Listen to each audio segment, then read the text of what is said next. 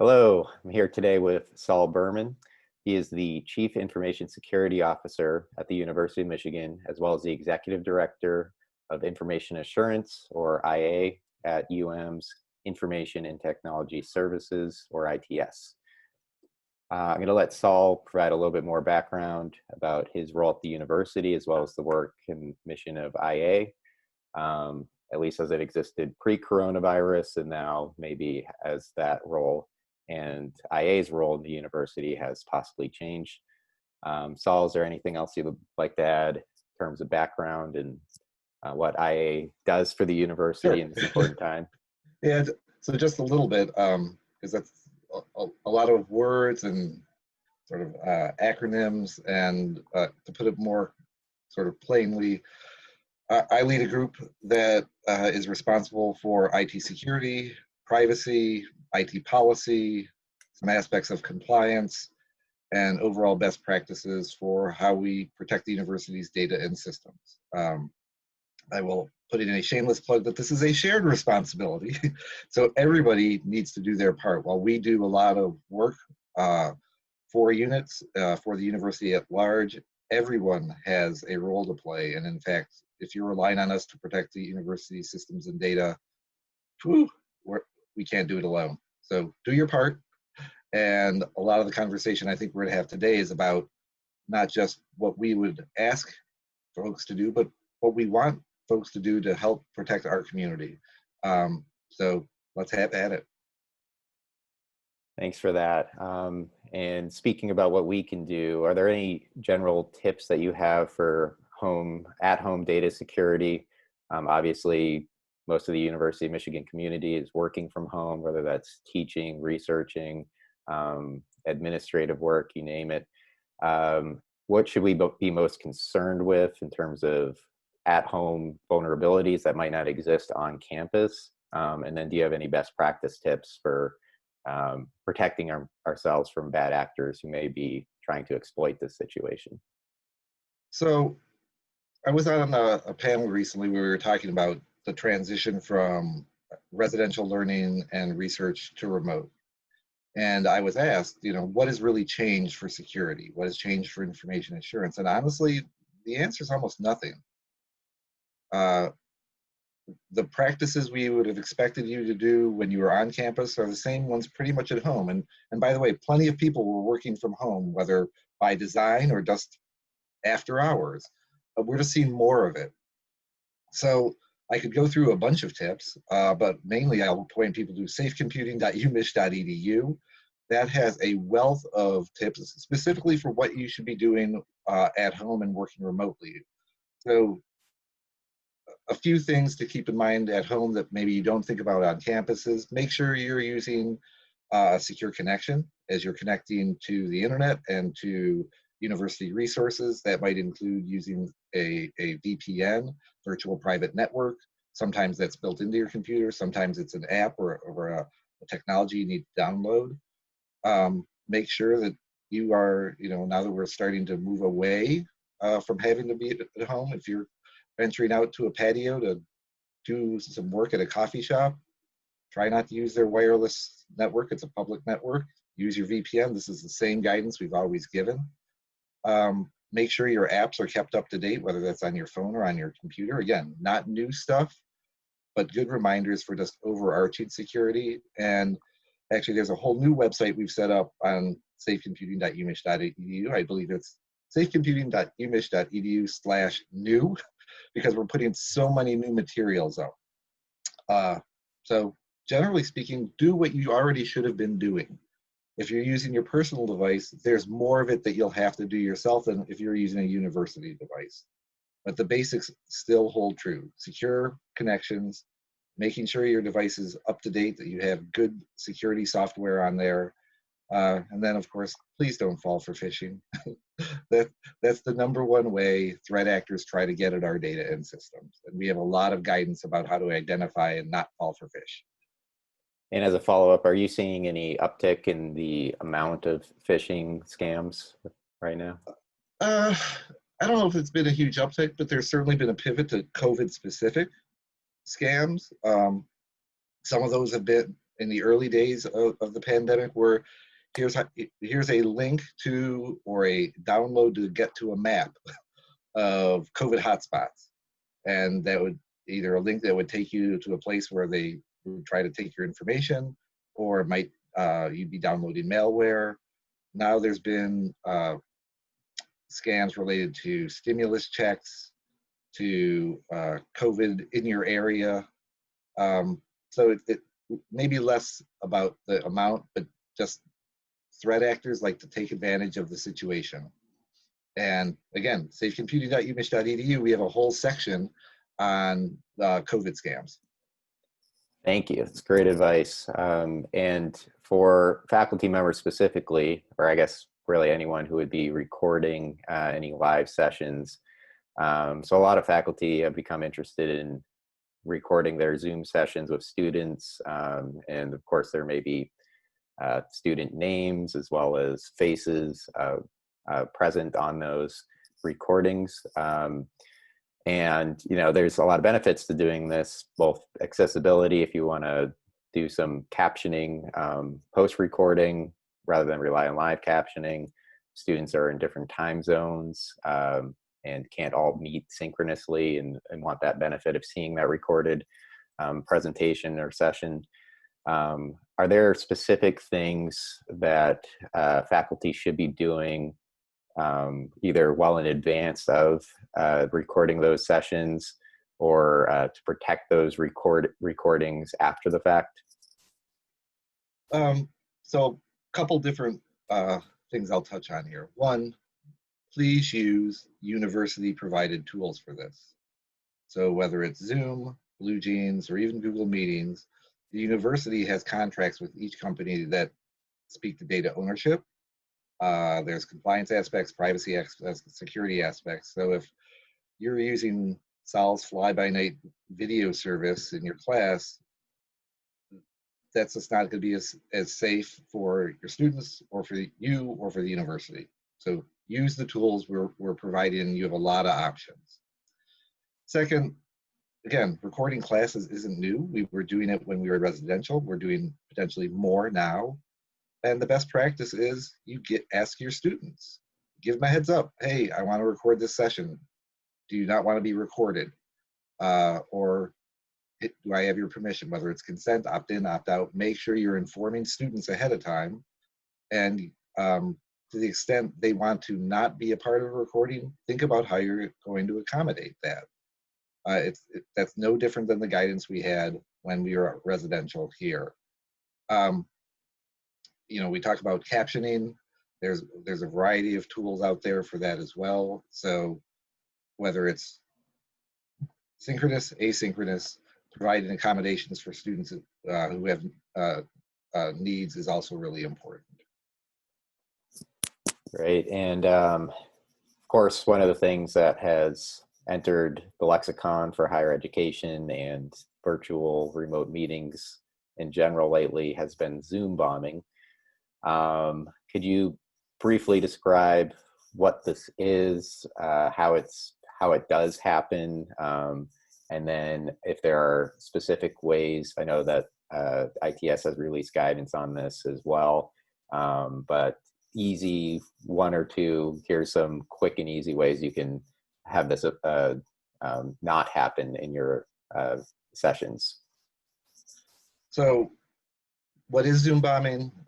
Zoom bombing is when an intruder or interloper finds typically what's a publicly available Zoom session. Somebody posted it on Reddit, somebody posted it on Facebook.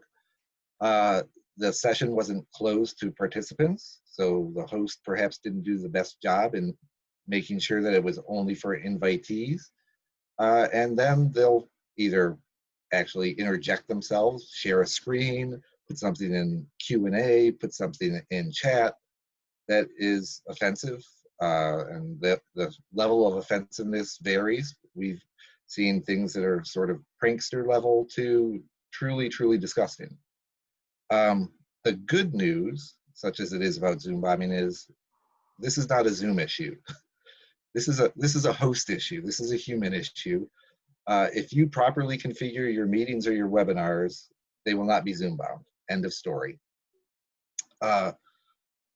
There's a lot of instruction we have on safecomputing.umich.edu and that ITS as the proper configurations. But generally, again, you as a host will want to limit your meetings to invitees. Make sure that you're, ask if it's a class or maybe it's a virtual symposium. Ask people, please don't share this on, publicly. If it is a public symposium, then, so for those who aren't as Zoom aware, there's Zoom meetings. That's typically a smaller session. We think of symposiums as open public events, maybe that are large. Then I would use a Zoom webinar.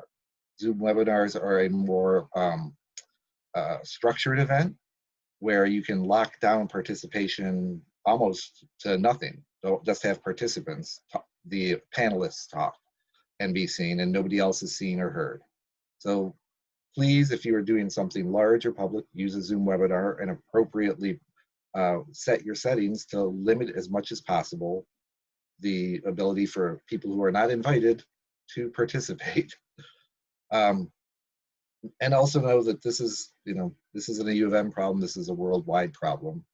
And I think we've seen far less of this as an issue of late. Part of that, I think people are a little more resilient, but more so people are better aware of the settings. So really, this is a host-driven thing. You too, shared responsibility, can prevent Zoom bombing. Thank you. And then for faculty members who may want to integrate third-party tools, whether it's a communication tool like Slack or GroupMe, or at least maybe it's not even fully integrated in a learning platform, but they direct students to use them, or if it's a separate learning tool that exists outside of the university ecosystem. I guess two questions here. One, should they ever be doing that without it going through some initial vetting? And then two, is there broader privacy concerns with these third-party applications that would perhaps make this less desirable and necessitate that vetting? So I'll start with the second piece last. So there are absolutely concerns whenever we're sharing data, whether that's through a learning tool or a collaboration tool, with a third party that the university is not contracted for. Because there's no assurances that that data will be used in the way that we intend it to be used. Yes, it might be used for that immediate functionality, but maybe it's being sold to a third party to send junk mail, to serve ads, how well is it being secured? All those are questions that we don't know if the university is not contracted for it.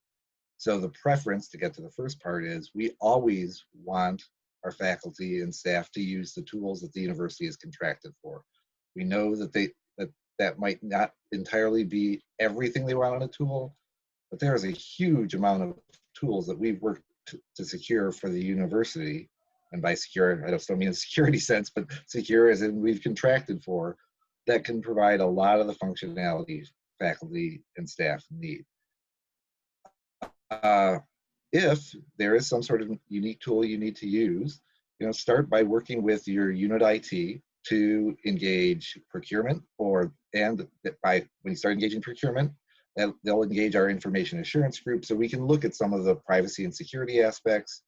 I'm particularly concerned these days around data ownership and how that data is shared or used, because once we give it away, we can't get it back. And unless we have certain assurances built in, and this was a lot of the conversation as we went to Google and even Zoom, who owns the data? How is it going to be used? And so for Google, for instance, our contract with our Google core tools is Google's not going to use that to serve ads. So when you start bringing in these external non-vetted vendors, we literally don't know what's going to happen to the data. And so, I could talk about FERPA and, the formalities of student privacy and compliance, but to me, we have laws around student privacy because we have values, and the values are we value our students, we value their identity and how their data is used, And so just think in terms of the privacy as a value statement that we have with almost a pact we have with our students. Not because the law says so, that's because it's the right thing to do. To put another more University of Michigan spin on it, when I think about expect respect, I expect that to carry over into how we consider student privacy. Thank you. And as we are gearing up for a potential return to campus, as other institutions are as well, of course, there will be obviously concerns over specific procedures used that may be considered invasive to student privacy, whether it's contact tracing, dealing with health information, sensitive data in general. Are there specific privacy concerns that you have related to some of the more common proposals for how to create a return to campus and a safe campus that you'd want to touch on and offer some general guidance for? So I was on, again, a panel recently where we were talking about what a return to residential life might look like. And I analogized the pandemic to a 9/11 moment in some ways. And some of that was around how public health officials have communicated or not well. But the other analogy was, as we think about a pandemic as a public safety issue, just as we thought about 9/11 as a public safety issue, we should be also putting careful thought into the rules, the laws, the structures and processes we put around data collection and usage for safety issues. Again, this isn't new, but it's greatly amplified. So in the wake of 9/11, most people remember we had the Patriot Act. There was a lot of discussion, and even after it was passed, controversy about the Patriot Act overstepping in its approach to security or safety versus privacy and individual rights. So at the highest level, I'm hoping that will inform some of our thoughts about how we return to life after a pandemic. I'll also remind us that pandemics aren't new. There was a pandemic in the late 50s. There is the Spanish flu, which we analogize this particular pandemic to a lot. These aren't new things. And just because we have technologies that might on their surface seem to make things easier to do, to collect or track or trace, we need to be careful about how we use them. So not just at this university, at universities the country over, we are all exploring how to have a health-informed residential experience, and it won't feel like it used to. There will need to be some safety measures put in place. And so as we are thinking about all those safety measures, from symptom trackers to potentially contact tracing, enhancing tools, I can tell you that we have been at the table, and even the tables I've not been a part of, our executive officers are also thinking not just about the functionality of the tool, but about privacy, ethical use of data, and how those all mesh together to get us to a safer, healthier residential experience in the fall. Thank you. And before we end this, is there anything else that we haven't touched on as part of this interview? Any final thoughts that you might have for what we should be doing during this very unusual time? And if there are, depending on your role within the university, specific resources or best practices that should be followed so that we are respecting those individual rights? So just a reiteration of a few things. Privacy, ethical use of data, IT security, compliance, those are shared responsibilities. It is never up to just me or my team. It is everyone having to have a stake in this. So, it was interesting as Zoom rolled out, we saw a lot of news stories about, oh, Zoom's violating privacy. Zoom's not very secure. There's a lot of smoke, not a lot of fire to some of those stories, but it raised a level of awareness at this university and across the world, frankly, around privacy and security as an issue.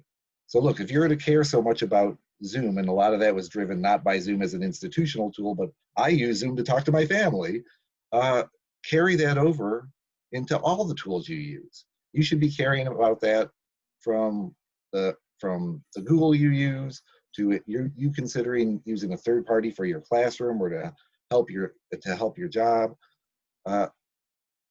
It's not I can't say it enough. It is a shared responsibility where each of us need to step up and do their part. And another pat phrase I use, particularly in the privacy space, but in security as well, is just because we can, should we? Just because a tool is available and it seems like it might be a 100% fit, whereas the university provided tool is a 80% fit, doesn't mean you should go and do it. Why can't the 80% be good enough sometimes? Final thought, safecomputing.umich.edu, and when in doubt, ask. Ask the information assurance group, ask your unit IT, ask folks in AI. So maybe not surprisingly, for as large a university as this is, we all talk, we all know each other, and if you want answers, they're there to be had, so don't be afraid to ask. Thank you so much. It's really great final advice. And we really appreciate your time today and your efforts to help out the university community. Thank you.